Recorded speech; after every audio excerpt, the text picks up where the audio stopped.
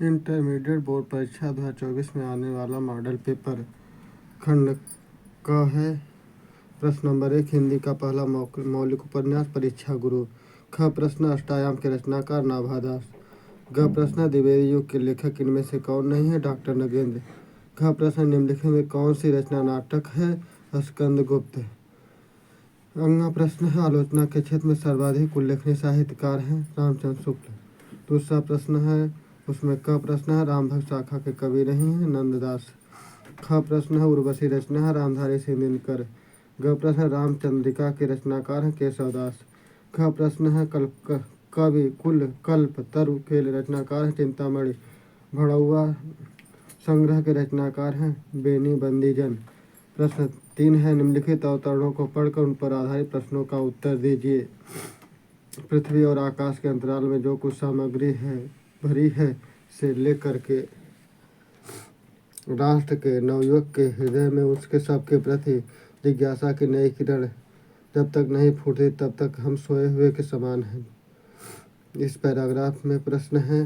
प्रश्न 1, प्रस्तुत गद्यांश का संदर्भ लिखिए। दूसरा है, रेखांकित अंश की व्याख्या के। तीसरा प्रश्न, राष्ट्रीय चेतना में भौतिक ज्ञान विज्ञान के महत्व को स्पष्ट कीजिए। चौथा प्रश्न है, जिज्ञासा की नई किरण जब तक नहीं फूटती तब तक हम सोए हुए के समान हैं। पंक्ति का आशय लिखिए। पांचवा प्रश्न, लेखक के अनुसार राष्ट्र समृद्धि का उद्देश्य कब पूर्ण नहीं हो पाएगा अथवा नवीकरण में कितना ही प्रशस्त कार्य क्यों न हुआ हो, उस प्रक्रिया से यह भूलना नहीं चाहिए। से लेकर के इस संदर्भ में यह भी याद रखना चाहिए कि हम पूर्व ग्रहों से मुक्त होकर उस शब्द को मूल आत्मा और सार्थकता पर उन्मुक्त विचार कर सके। प्रश्न 1 है, उपयुक्त अवतरण के आधार पर भाषा का क्या अर्थ है? दूसरा प्रश्न, नए शब्दों के निर्माण के समय किन बिंदुओं पर ध्यान देना चाहिए? तीसरा प्रश्न, सार्थकता और उन्मुक्तता का शब्दार्थ लिखिए।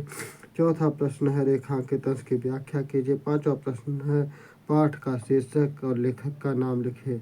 चौथा प्रश्न है, निम्नलिखित काव्यांशों को पढ़कर उन पर आधारित प्रश्नों का उत्तर दीजिए। आज लो न मिले तो हम कहाँ, हम तो तुम्हें सब भांति कहोई हैं। मेरो उराहनो है कछु नाही, सबे फल अपने भाग को पावे।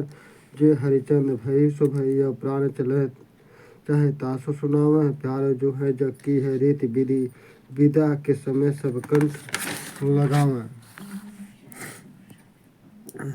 प्रश्न है, प्रस्तुत गद्यांश के शीर्षक और रचना का उल्लेख कीजिए। दूसरा प्रश्न, प्रस्तुत पद्यांश के नायिका की किस दशा की अभिव्यक्त हुई है? तीसरा प्रश्न, रेखांकित अंश की व्याख्या कीजिए।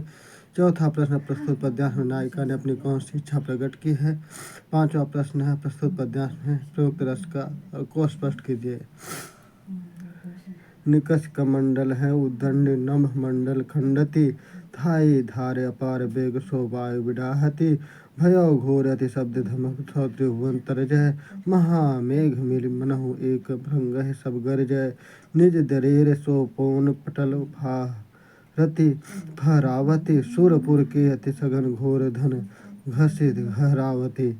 चली धार धुक्कार धरा दिश काटति कावा, सगर सुतन के पाप ताप पर बोलति धावा। स्वाति घटा घराति मुक्ति पानप स्वपूरी, कैधों आवत झुकति शुभ्र आभा रुचि दूरी। मौन मीन मकर जल ब्यालिन को चल चिलक सुहाई, सो जन चपला चम चमाते चंचल छवि छाई। प्रस्तुत पंक्तियाँ किस कविता से अवतरित है? इसके रचनाकार कौन है? प्रस्तुत पद्यांश में किस प्रसंग का वर्णन किया गया है? भयो घोर अति शब्द धमक सो त्रिभुवन गरजे, भक्त का भाव स्पष्ट की। रेखांकित अंश की व्याख्या कीजिए। पांचवा प्रश्न है, प्रस्तुत पद्यांश की अलंकार योजना पर प्रकाश डालिए। निम्नलिखित लेखकों में से किसी एक लेखक का जीवन परिचय देते उनकी कृतियों पर प्रकाश डालिए। आचार्य हजारी प्रसाद द्विवेदी जी, सुंदर रेड्डी, डॉक्टर वासुदेव शरण अग्रवाल। प्रश्न हाँ, निम्नलिखित कवियों में से किसी एक कवि का जीवन परिचय देते उनकी कृतियों पर प्रकाश डालिए। सच्चिदानंद हीरानंद बादशाह नग्गे, अयोध्या सिंह उपाध्याय हरिऔध, रामधारी सिंह दिनकर। प्रश्न 6 है, बहादुर अथवा पंचलाइट कहानी की कथा व संक्षेप में लिखे। अथवा बहादुर अथवा कर्मशा की हार कहानी के मुख्य पात्र का चित्रण कीजिए। प्रश्न 7 है, निम्नलिखित खंड काव्यों में स्वपठित खंड काव्य के आधार पर एक प्रश्न का उत्तर लिखिए। सत्य की जीत खंडकाव्य कथावस्तु की विशेषता बताइए। इस तरह से अपने पाठ्यक्रम में पठित खंडकाव्य को पढ़कर उसका उत्तर लिखें। प्रश्न 8 है, अवतरणों के संदर्भ सहित हिंदी में अनुवाद कीजिए। पहला संस्कृत साहित्य से आदि कवि वाल्मीकि, महर्षि व्यास, कवि गुरु कालिदास है। अन्य च भाषा भारत भवतभूत आत्यो महाकवय स्वकवि कियहि ग्रंथ रत्न अद्याप पाठका नाम हृदय विराजन्ते। इयं भाषास्माभिमात्र सम्मानीया वन्दनीया च यतो भारत मातु स्वातन्त्र्यं गौरवम् अखण्डत्वं सांस्कृतिक एकत्वं च संस्कृतम् एव सुरक्षितं शक्यन्ते। इयं संस्कृत भाषा सर्वासु भाषा प्राचीनतमा श्रेष्ठा च तद् सुष्ठु उक्तं भाषासु मुख्या मधुरा दिव्या गिरिवाण भारी भारती इति।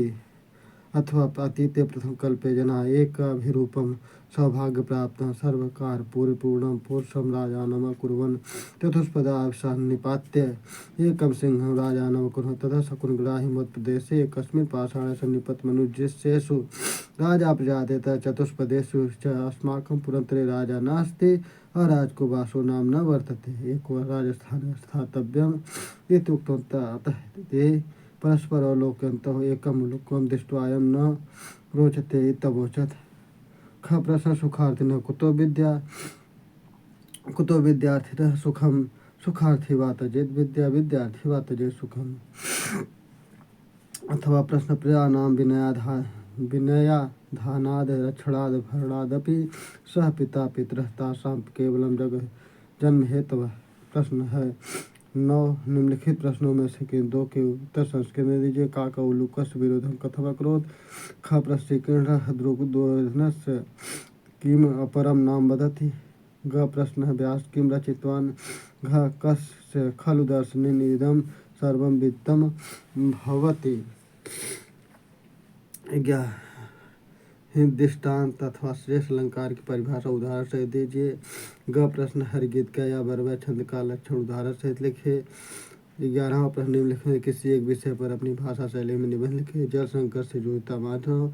ख भारत की सांस्कृतिक विविधता। ग है लोकतंत्र में मीडिया की भूमिका।